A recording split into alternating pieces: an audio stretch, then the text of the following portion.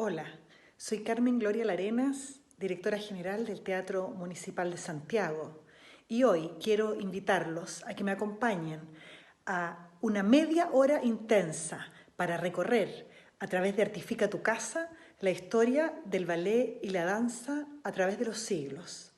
Podremos comprender cómo un arte que fue considerado menor o tal vez ni siquiera un arte se transformó a lo largo del tiempo en una de las expresiones artísticas que hoy mejor conectan con las nuevas generaciones. Los espero.